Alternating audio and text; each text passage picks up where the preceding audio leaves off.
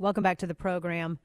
I'm Dana Loesch, and later on this evening I'll be on with Sean Hannity here at CPAC discussing all of this stuff that's going on. These are serious issues, and I don't think that ever have we as a country sat down and had a serious discussion about what is wrong and why is it that the systems that exist to keep us safe, the entities that exist to keep us safe. I mean, we've had 8 incidents, and I've outlined them very carefully on this program before.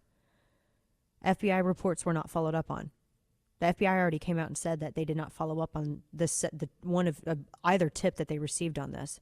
CNN reported at 10 o'clock this morning that this murderer, this horrible monster, had used a gun to threaten students in the past, even holding guns to people's heads. That's from the Palm Beach County, the law enforcement there.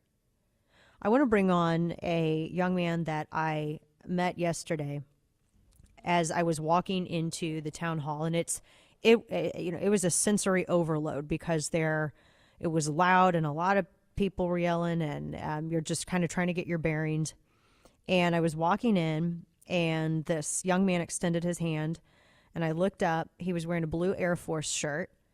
And I had trouble hearing him at first, but then I could understand what he was saying. And he had also said that his brother was serving in the Air Force, and Jalen Martin was there last night. He joins us now on the program. Jalen, and you'd reached out to my producer, Kane, as well, back channel. I appreciate you taking the time to talk with me this morning. Tell me a little bit, because I met you, I talked with you, I spoke with you a little bit last night. And you were very kind. You were very for a young gentleman that you are. You were very calming face in a very intense situation. I want to get to know you a little bit. Ask you, why you were at the event last night, what you thought of it, and how you're doing. Yeah. Well, I'm glad to speak with you again. I tried to speak to you as you came off stage, but the crowd was unbelievably harsh, and it was almost, I don't want to say evil because I understand they have their feelings about this whole situation, but it was just a dark sort of, I don't know how to describe it. It was just terrible. But, so, I went there last night hoping that maybe I would be able to, ask a question to everyone who was there. I was hoping that I would be able to ask a question. Unfortunately, I wasn't able to. They weren't taking questions. Are you a student at Marjory Stoneman Douglas School? Yes, I'm a senior. Yeah, so. And I don't know how they did the question thing. I didn't even know initially that questions were going to be asked. Were you ever asked to submit a question? No, they said they put out like a request for questions, and they received like 2,000, and they selected which ones they were going to ask.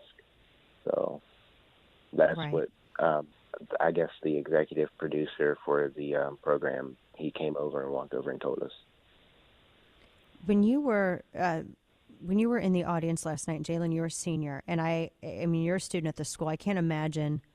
I just can't. I mean, nobody can. It is something that is rare and awful, and there is a population, a percentage of our population that has, and unfortunately now you are a part of that percentage that has endured something so horrific like this. How are you? I want to just ask that. I just want to ask how you are, and I know that you wanted to get your voice heard, and I just want to make sure that you're comfortable in talking, and that and I don't want to make you uncomfortable in any way. I know you reached out to Kane, but I'm concerned about you right now. How are you?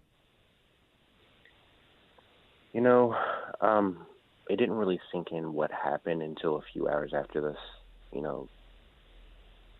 I don't even really know how to describe it, but after this happened, I was just telling people about it because, I was getting calls from people. I'm from Kentucky.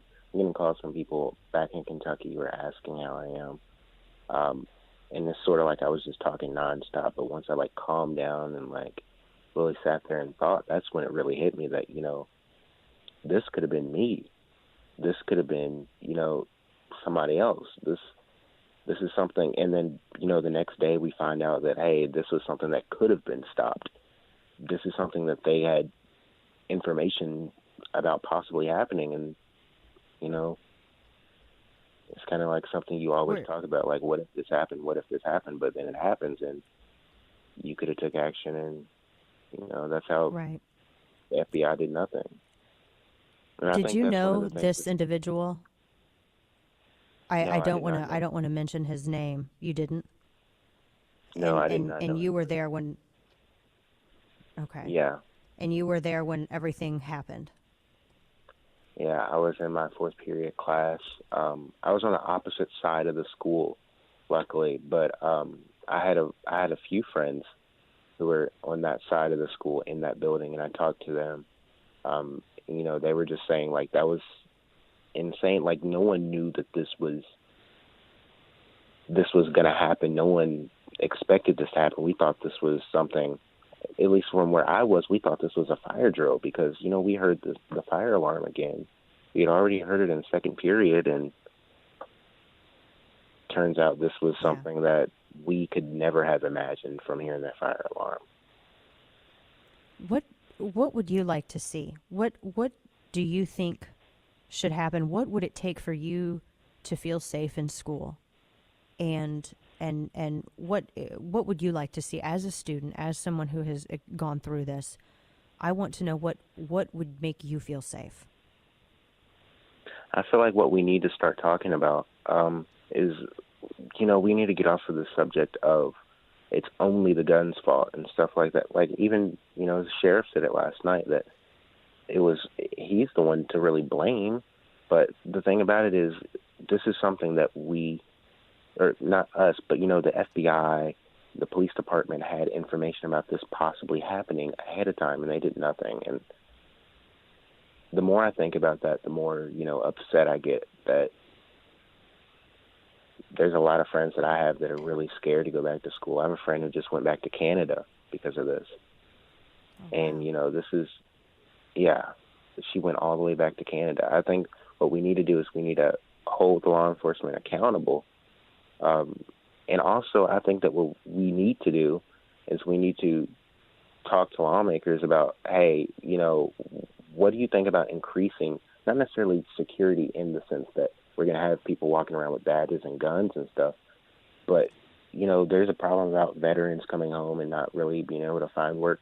What if we found veterans who, they had the mental fitness to do this and the training to do this, and, they're happy, they want to serve the country, but, they want to serve the community too at home. I feel like, maybe we should talk about getting programs to where veterans can come and sort of be, I guess, security at the school and help out in different ways there. That's a great idea. And I really hope lawmakers listen to you. I really, with all my heart, I hope they do, because I think that is a fantastic idea. And if for schools, if they decide that's what they want to do, if students like yourself, if they decide that that's what they need to feel safe, we live in a new era. And when you were going back to the town hall last night, did you feel that did you have any questions answered? Did you have your question? What did you think of the discussion? I felt the discussion was, for the most part, sort of one-sided, in my opinion. The thing about, especially, I don't want to point fingers, but, the very network that was hosting the town hall last night, they were doing this as a 100% one-sided event. You can have a dominant view, but you should also be able to have a minority view that sort of says what they're thinking, what they want to ask. Last night, here's what I was going to ask. I was going to say, you're beating up the NRA for, giving out contributions to campaigns. I personally think that, campaign contributions should be limited all around, but I don't think that we should just single out one industry. I think we should look at pharmaceutical industries because they're much worse and they affect a lot more people. But this is something that no one wants to, really talk about, in my opinion. But, CNN did. let me ask that question. And I wish they would have. And I noticed that there was no. I don't know if you know Colton Hobb. He was another student who came out and said that he wanted to ask a question, and they did not want to allow him to ask the question he wanted to ask. They were going to give him a scripted question, and as a result, he decided to not participate and he stayed home. Did you hear about that? What do you make of that? I think this is something I was telling people before the town hall, that this was going to happen. They're going to try to screen questions, give them certain questions that they can ask, that they want to ask. Like when I was sitting there, watching this whole thing go down, I was listening to the questions. I was like, this doesn't sound like something that, people my age really say. But you could also tell that this was like an exaggerated language. I don't want to single out certain students, but for instance, there was a student who asked a question, and then he ended it by saying, how do I know that me and my friends are not going to get murdered in our classroom, or we're scared that we're going to get murdered in our classroom? He is not thinking that. I know for a fact that he's not thinking that. He's not thinking, oh, if I go back to school tomorrow or next week, I'm going to be murdered in my classroom. I feel like these are questions that the network was exaggerating the language for. I think, to be honest, in my opinion, the most disgusting thing that I saw last night was when I was sitting up there and I was just watching Cameron Caskey. I just kept watching him because something just seemed weird. He was, shaking his legs and stuff like that.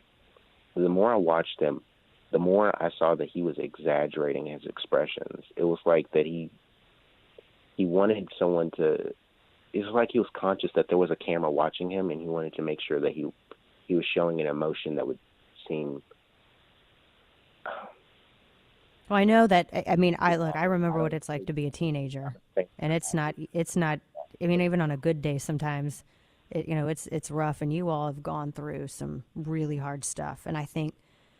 People maybe express things in different ways. And I'm so glad that you were there last night. I want to ask you, I'd love to stay in touch with you, because if you ever have any questions, I'm here. Anytime you ever have a question, I am a resource for you. Anything that you need help with, I want to be a resource for you. Before we get going, I'm so sorry that I didn't see you as I was getting off the stage, because it was pretty crazy. And I know there were a lot of people saying stuff. Somebody told me that somebody said burn her. And I heard something to that effect when I was stepping on. What did you hear? Horrible language. I mean, I really don't know if I could really say it on here, but, there were people saying burn her and shame on you. And then there were a lot of curse words and different names that I don't know if I can really say it on here, but. Yeah, we probably shouldn't do that. Probably shouldn't do that one. I applaud your level-headedness in the face of awfulness and what you experienced.